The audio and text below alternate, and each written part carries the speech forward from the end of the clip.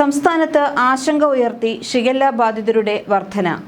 ഇന്നലെ 8 പേർക്കാണ് രോഗം സ്ഥിരീകരിച്ചത്. ഈ മാസം മാത്രം 79 പേർക്കാണ് രോഗബാധ സ്ഥിരീകരിച്ചത്. ഈ വർഷം ഇതുവരെ 155 പേർക്ക് ഷിഗല്ല സ്ഥിരീകരിച്ചു.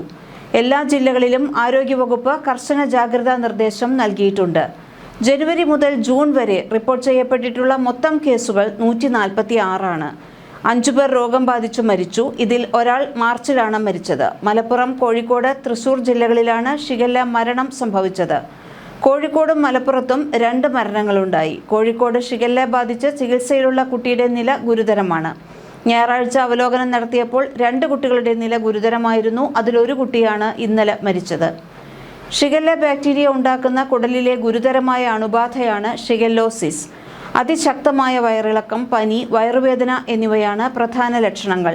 വെള്ളം പോലെ മലം പോകുന്ന അവസ്ഥയും മലത്തോടൊപ്പം രക്തവും ചേർന്നു പോകുന്ന അവസ്ഥയും ഉണ്ടാകാം. 5 വയസ്സിന് താഴെയുള്ള കുട്ടികളിലും പ്രതിരോധശേഷി കുറഞ്ഞവരിലും അപകട സാധ്യത കൂടും. ഭൂരിപക്ഷം കേസിലും മരുന്നുകളും ORSഉം കൊണ്ട് ചികിത്സിക്കാം. അപൂർവമായി തലച്ചോറിൽ നീർക്കെട്ടുണ്ടായി സങ്കീർണമാകാം. ലക്ഷണങ്ങൾ കണ്ടാൽ ഉടൻ തന്നെ ചികിത്സ തേടണം. രോഗിയുടെ മലം കൾച്ചർ ചെയ്താണ് രോഗാണുവിനെ കണ്ടെത്തുന്നത്. അണുക്കൾ ശരീരത്തിൽ പ്രവേശിച്ചാൽ 1-2 ദിവസത്തിനകം ലക്ഷണങ്ങൾ തുടങ്ങും. 7 ദിവസം വരെ നീണ്ടുനിൽക്കും. കടുത്ത വയറിളക്കം, മലത്തിൽ രക്തവും കഫവും കാണപ്പെടുക, കടുത്ത പനി, വയറുവേദന, വയറ് കോച്ചിപ്പിടുത്തം, ഓക്കാനം, ഛർദി, കടുത്ത ക്ഷീണം എന്നിവയാണ് പ്രധാന ലക്ഷണങ്ങൾ. രോഗലക്ഷണങ്ങൾ കണ്ടാൽ ഉടൻ തന്നെ വൈദ്യസഹായം തേടണം എന്നതാണ് ഏറ്റവും പ്രധാനമായിട്ടുള്ളത്. നിർജ്ജലീകരണം തടയാൻ ധാരാളം വെള്ളം കുടിക്കണം. ORS ലായനി, ഉപ്പിട്ട കഞ്ഞിവെള്ളം, നാരങ്ങ വെള്ളം എന്നിവ കുടിക്കാം. ORS എല്ലാ ആരോഗ്യ കേന്ദ്രങ്ങളിലും സൗജന്യമായി ലഭ്യമാണ്. ചെറിയ രീതിയിൽ മാത്രം രോഗലക്ഷണങ്ങളുള്ളവരിൽ മരുന്നുകൾ ഉപയോഗിച്ചുള്ള ചികിത്സ പൊതുവെ ആവശ്യമായി വരാറില്ല. ഡോക്ടറുടെ നിർദ്ദേശപ്രകാരം മാത്രം ആൻറ്റിബയോട്ടിക് മരുന്നുകൾ കഴിക്കുക. രോഗലക്ഷണങ്ങൾ സാധാരണ നിലയിൽ ഒരാഴ്ചയ്ക്കകം മാറുമെങ്കിലും രോഗബാധിതരായ കുട്ടികളിലും മുതിർന്നവരിലും അതീവ ശ്രദ്ധ വേണം. നിർജ്ജലീകരണം തടയുക എന്നതാണ് ഈ രോഗികളിൽ ഏറ്റവും പ്രധാനപ്പെട്ട് നമ്മൾ നോക്കേണ്ടത്. രോഗാണുക്കൾ അടങ്ങിയ മലിനജലം കുടിക്കുന്നതിലൂടെയും മലിനജലം ഉപയോഗിച്ച് പാകം ചെയ്ത ആഹാരം കഴിക്കുന്നതിലൂടെയുമാണ് പ്രധാനമായും രോഗം പടരുന്നത്. രോഗിയുടെ വിസർജ്യത്തിൽ അടങ്ങിയിരിക്കുന്ന ബാക്ടീരിയകൾ കൈകളിലോ ഈച്ചകൾ വഴിയോ ഭക്ഷണത്തിലും കുടിവെള്ളത്തിലും എത്തുമ്പോഴും അണുബാധ ഉണ്ടാകാം. ഷിഗല്ല രോഗിയുടെ മലത്തിലൂടെയാണ് രോഗാണു പുറത്തെത്തുന്നത്. ശുചിമുറിയിലല്ലാതെ മലവിസർജനം നടത്തിയാലോ കക്കൂസ് ടാങ്ക് തുറന്നു കിടന്നാലോ ടോയ്ലറ്റിനടുത്ത് തന്നെ കിണറുകളോ ജലാശയങ്ങളോ ഉണ്ടെങ്കിലോ രോഗാണുക്കൾ വെള്ളത്തിൽ കലരാനുള്ള സാധ്യതയുണ്ട്. വയറിളക്കമുള്ളയാൾ മലവിസർജനത്തിനു ശേഷം കൈ കഴുകാതെ ഭക്ഷണം പാചകം ചെയ്താലും കുട്ടികൾക്ക് ഭക്ഷണം വാരിക്കൊടുത്താലും രോഗം പകരാം.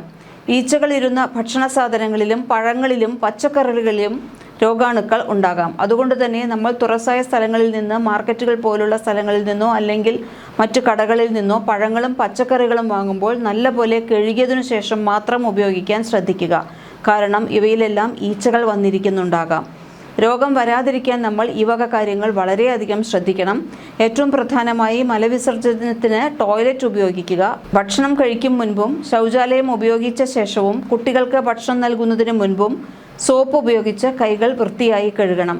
തിളപ്പിച്ചാറിയ വെള്ളം മാത്രം കുടിക്കുക. വെള്ളം 5 മിനിറ്റ് വെട്ടിത്തിളയ്ക്കണം. തിളച്ച വെള്ളത്തിൽ പിന്നീട് പച്ചവെള്ളം ചേർക്കരുത്. ഗുണമേന്മയുള്ള വാട്ടർ ഫിൽറ്റർ ഉപയോഗിച്ച് ഫിൽറ്റർ ചെയ്ത വെള്ളം ഉപയോഗിക്കാവുന്നതാണ്. പാകം ചെയ്ത ഭക്ഷണ സാധനങ്ങളിൽ ഈച്ച ഇരിക്കാൻ ഇടവരുത്തരുത്. സാലഡിലും മറ്റും ഉപയോഗിക്കുന്ന പഴങ്ങളും പച്ചക്കറികളും നന്നായി കഴുകി ഉപയോഗിക്കുക. തിളപ്പിച്ചാറ്റിയ വെള്ളം കുടിക്കാൻ ശ്രദ്ധിക്കുക. കിണറുകൾ സൂപ്പർ ക്ലോറിനേഷൻ നടത്തുക. കടകളിൽ നിന്നും മറ്റും ലഭിക്കുന്ന ശീതളപാനീയങ്ങളിൽ ഉപയോഗിക്കുന്ന ഐസ് ശുദ്ധമായ വെള്ളത്തിൽ നിന്ന് ഉണ്ടാക്കിയതാണെന്ന് ഉറപ്പുവരുത്തുക. കാരണം പലപ്പോഴും മലിനമായ വെള്ളത്തിൽ നിന്നുണ്ടാക്കുന്ന ഐസ് ഉപയോഗിച്ച് ജ്യൂസുകളെല്ലാം ഉണ്ടാക്കാറുണ്ട്. അങ്ങനെയുള്ള കടകളിൽ നിന്ന് അത് വാങ്ങാതിരിക്കുക. ശുചിത്വം ഉറപ്പുവരുത്തുക. 5 വയസ്സിന് താഴെയുള്ള കുട്ടികളിലാണ് രോഗം കൂടുതൽ ഗുരുതരമാകാൻ സാധ്യത. കുട്ടികൾ പുറത്തുപോയി വരുമ്പോഴും മലവിസർജനത്തിനു ശേഷവും സോപ്പ് ഉപയോഗിച്ച് കൈകൾ കഴുകുന്നുണ്ടെന്ന് മുതിർന്നവർ ഉറപ്പുവരുത്തണം. രോഗലക്ഷണങ്ങളുള്ള കുട്ടികളെ സ്കൂളിലോ മറ്റു കൂട്ടായ്മകളിലോ വിടരുത്. 4 ഉപവിഭാഗങ്ങളാണ് ഷിഗല്ലയ്ക്കുള്ളത്. അതിലൊന്നാണ് ഷിഗല്ല സോണിയെ ഇപ്പോൾ കേരളത്തിലുള്ളത്. മറ്റുള്ളത് ഷിഗല്ല ബോയ്ഡി, ഷിഗല്ല ഫ്ലെക്സ്നേരി, ഷിഗല്ല ഡിസെൻറ്റീരിയ എന്നിങ്ങനെ 4 ഉപവിഭാഗങ്ങളുണ്ട്. ഷിഗല്ല സോണിയെയാണ് ഇത്തവണ സംസ്ഥാനത്ത് മരണം വിതച്ചിട്ടുള്ളത്. അതുകൊണ്ട് തന്നെ ഇതിന് പ്രതിരോധമാണ് ഏറ്റവും നല്ല ചികിത്സാ മാർഗം. അഥവാ ഇത് രോഗം വന്നു കഴിഞ്ഞിട്ടുണ്ടെങ്കിൽ ചികിത്സിക്കാൻ മാർഗങ്ങളുണ്ട്, മരുന്നുകൾ ലഭ്യമാണ്, പേടിക്കേണ്ട കാര്യമില്ല. വളരെ കുട്ടികളിലും 5 വയസ്സിന് താഴെയുള്ള കുട്ടികളിലും രോഗപ്രതിരോധ ശേഷി കുറഞ്ഞവരിലും പ്രായമായവരിലും മാത്രമാണ് ഇത് അപകടം ഉണ്ടാക്കാറുള്ളത്. രോഗം ഉണ്ട് എന്ന് സംശയിക്കാൻ തുടങ്ങിയാൽ അപ്പോൾ തന്നെ എത്രയും പെട്ടെന്ന് ഡോക്ടറെ കാണുക എന്നുള്ളതാണ് മരണം സംഭവിക്കാതിരിക്കാൻ അല്ലെങ്കിൽ അപകടസ്ഥിതി ഉണ്ടാകാതിരിക്കാനുള്ള ഏറ്റവും നല്ല വഴി.